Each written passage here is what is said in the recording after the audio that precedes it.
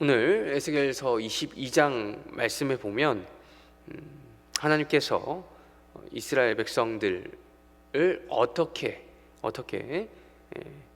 벌하시는지 그 이유에 대해서 설명하는 것을 우리가 한번 살펴볼 수 있습니다. 물론 여러 본문에서 여러 선지서에서 하나님께서 이스라엘 백성들을 벌하시겠다라고 예고하시고 위협하시는 장면이 나오는데, 특별히 또 22장에서도 똑같은 에스겔서 22장에서도 그런 비슷한 맥락이 나옵니다. 그런데 그 22장을 보시면 그 중에서도 이스라엘 백성들이 특별히 하나님 앞에 어떤 특정한 일을 했기 때문에라고 이야기하고 계십니다. 우리 13절 우리 한번 보시면요. 13절을 보시면 이스라엘 백성들이 내가 무엇을 행했다라고 이야기하고 있습니까? 불의를 행하여라고 이야기하고 있습니다. 불의를 행하여. 14절에 보시면 그 이유로 인해서 뭘 하겠다라고 이야기하십니까? 내가 내게 뭘 하겠다? 보응하겠다라고 이야기하는 것입니다. 우리가 읽지 않았지만 22장 2절 눈을 보시면 보응과 대비되는 똑같은 의미에서 사용된 말씀이 있습니다. 22장 2절에 보면 내가 뭘 인자야 내가 뭘 하려느냐라고 말씀하고 계십니까? 심판하려느냐라고 이야기해요. 여기서 말하는 인자는 이제 에스겔 선지자를 이야기하는 것인데, 에스겔 선지자를 하나님께서 인자라고 부르셨습니다. 인자야 내가 사실상 이 사람 에스겔이 심판하는 게 아니라 누구의 심판입니까? 하나님의 심판이죠. 하나님의 심판, 즉 이스라엘이 불의를 행했기 때문에 하나님께서 에스겔 선지자의 입술을 통해서 말씀을 통해서 심판하겠다, 즉 14절의 말로 할 것 같으면 보응하겠다라고 하는 말씀을 지금 전해주고 있습니다. 보응과 심판이라는 것이 왜 가능하게 됐습니까?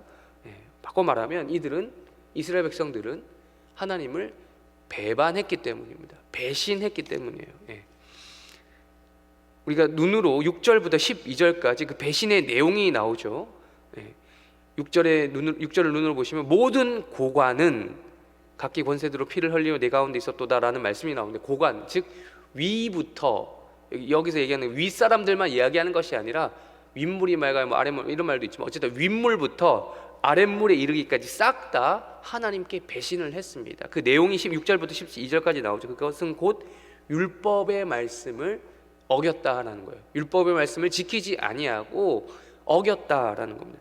즉 그 모든 근본이 3절과 4절에 또 그 이유에 대해서 율법을 어기는 것 중에 대표적인 것, 이웃을 향한 것도 있지만 사실은 그 근본이 어디에 있다고 이야기합니까? 3절과 4절에 보시면 우상을 만들었다라는 거죠. 우상을 섬기. 그러니까 1계명부터 우리 10계명까지 잘 아시죠?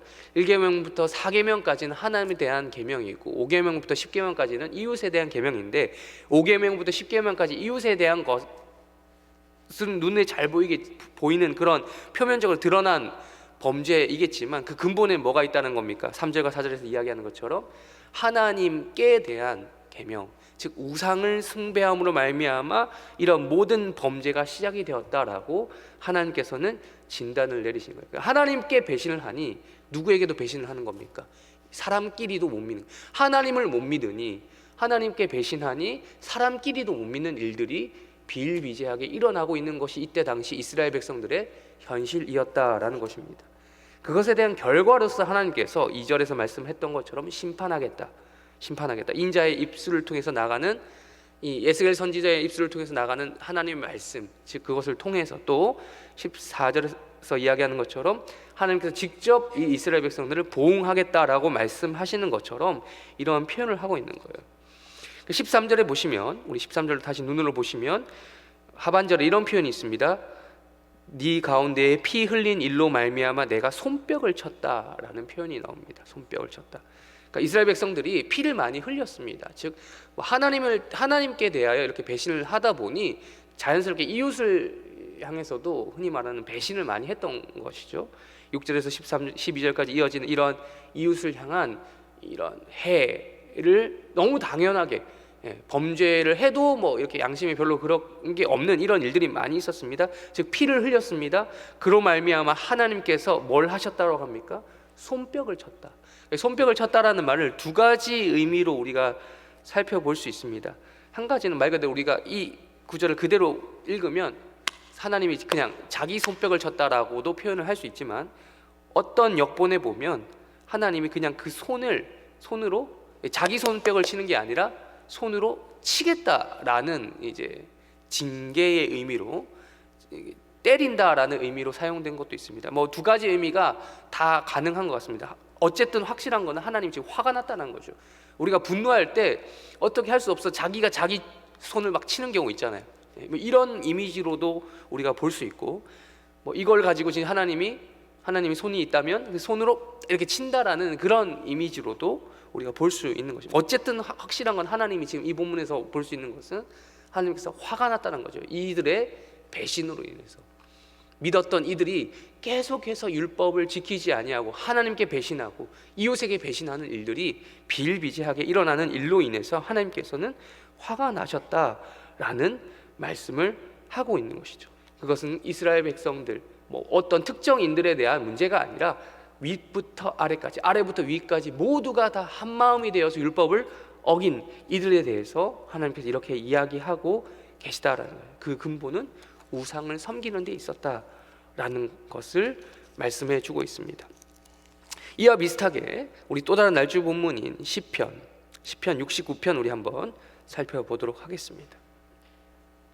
시편 69편입니다. 시편 69편 1절 우리 제목만 한번 읽어보겠습니다. 제목 1절 69편 1절에 나오는 제목만 한번 읽어보겠습니다. 시작. 다윗의 시 인도자를 따라 소산님에 맞춘 노래.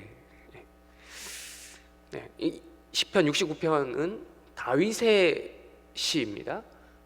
근데 인도자를 따라 소산님에 맞춘 노래라고 돼 있어요.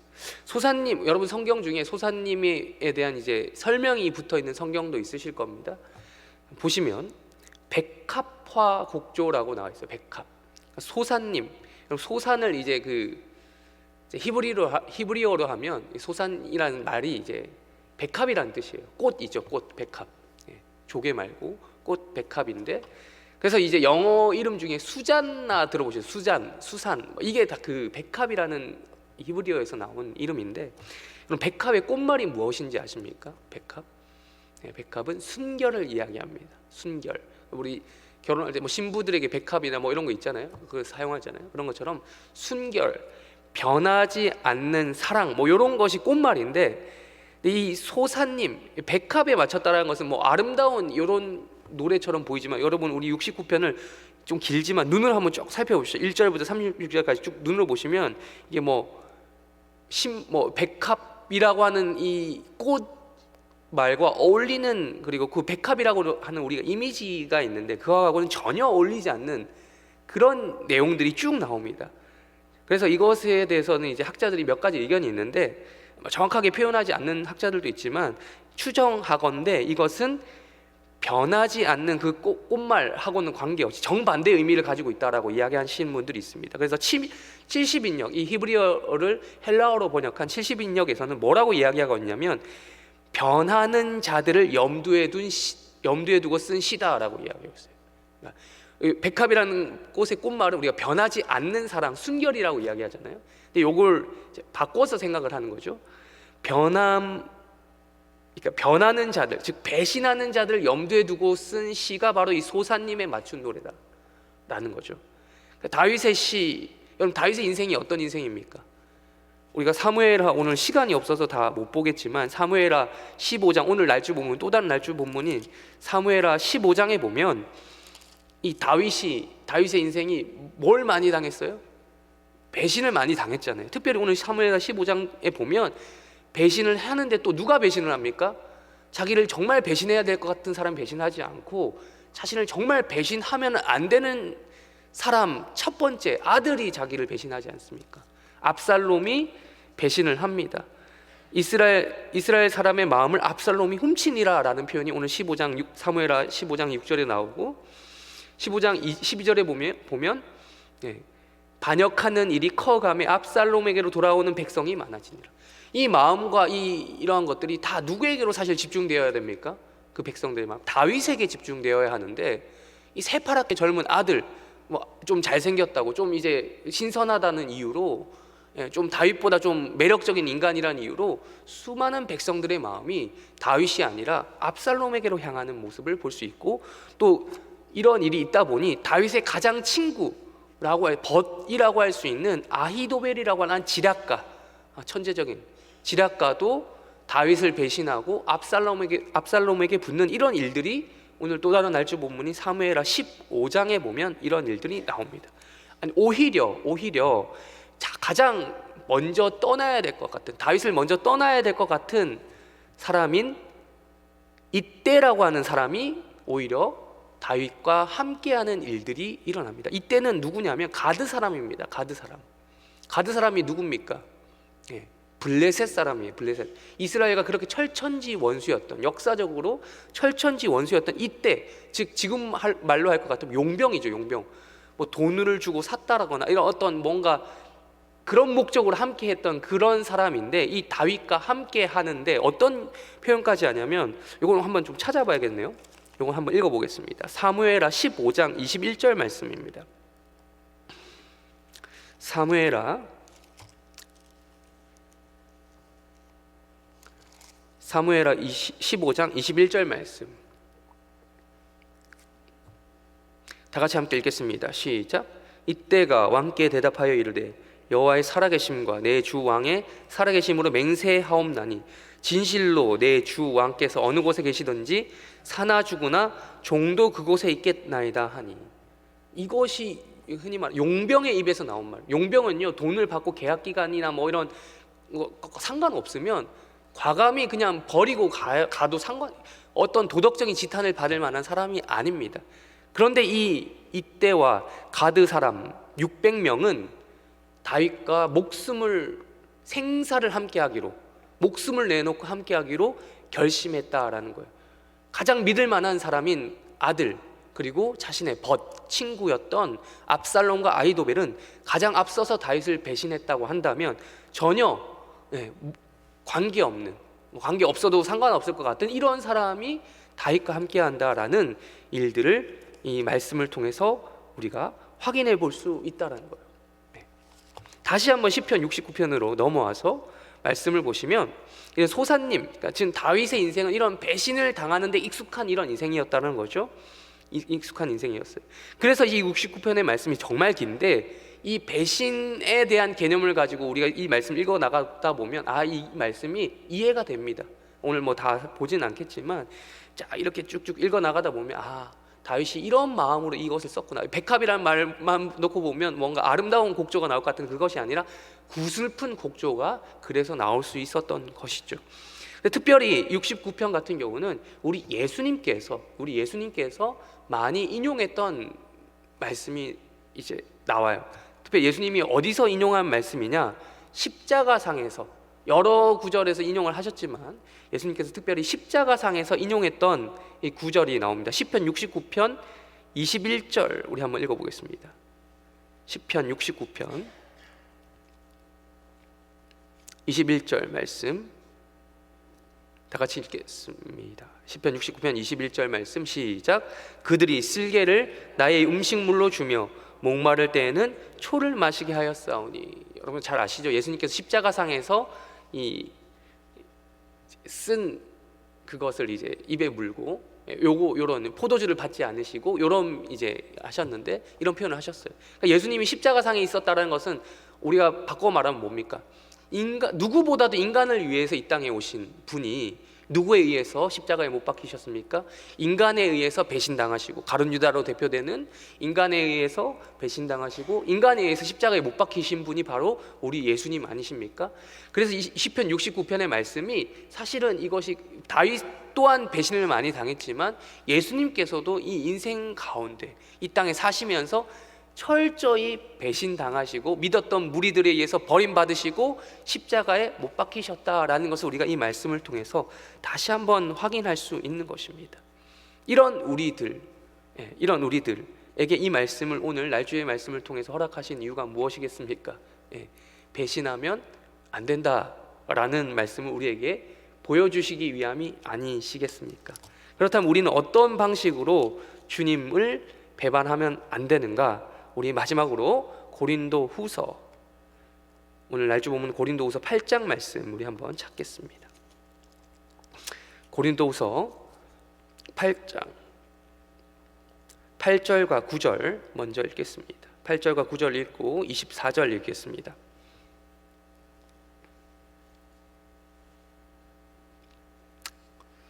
(8절과 9절) 그리고 24절 읽겠습니다. 시작.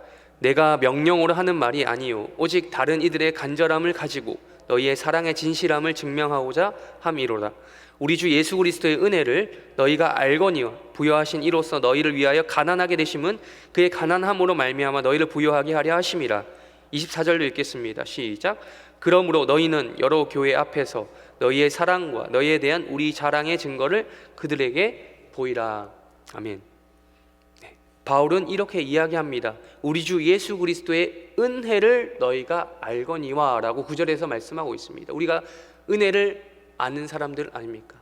우리에게는 끊임없이 우리가 찬양에서 아까 찬송가를 통해서 고백했듯이 우리는 늘 주님을 배반할 수밖에 없고 배반할 그런 가능성을 늘 지니고 있는 자들입니다.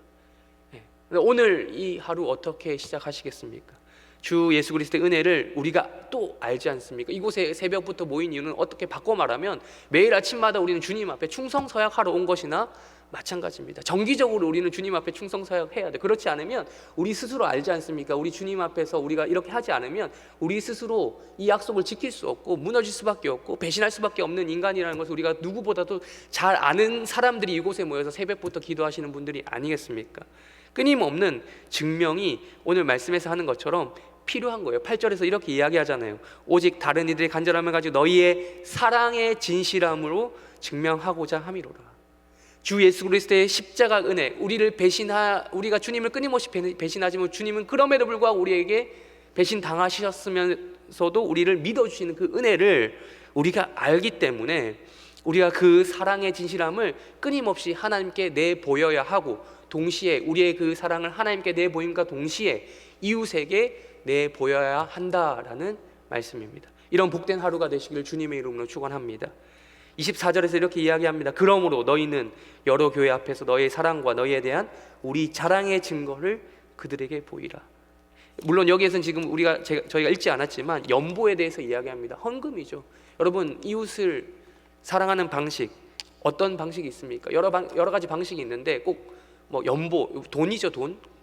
꼭 돈을 뭐 이렇게 하라는 말이 아니라 그만큼 구체적으로 우리는 사랑의 증거라는 게 있는데 이런 것들을 계속해서 내보여야 한다는 거예요. 이게 뭐 억지로 함이나 이런 것이 아니라 정말 자연스러운 마음에서 은혜가 우리 가운데 넘치기 때문에 흘러내보내는 이러한 하루가 되시기를 주님의 이름으로 축원합니다. 이때처럼 사나 죽으나 하나님과 함께 자신의 주인 다윗과 함께 살아갔던 것처럼 하나님을 향한 의리와 이웃을 향한 의리를 내비치시는 오늘 하루 되시기를 주님의 이름으로 축원합니다. 우리 주기도문으로 기도하시고 각자 개인 기도 제목 가지고 기도하시다가 때가 되면 돌아가시기 바랍니다.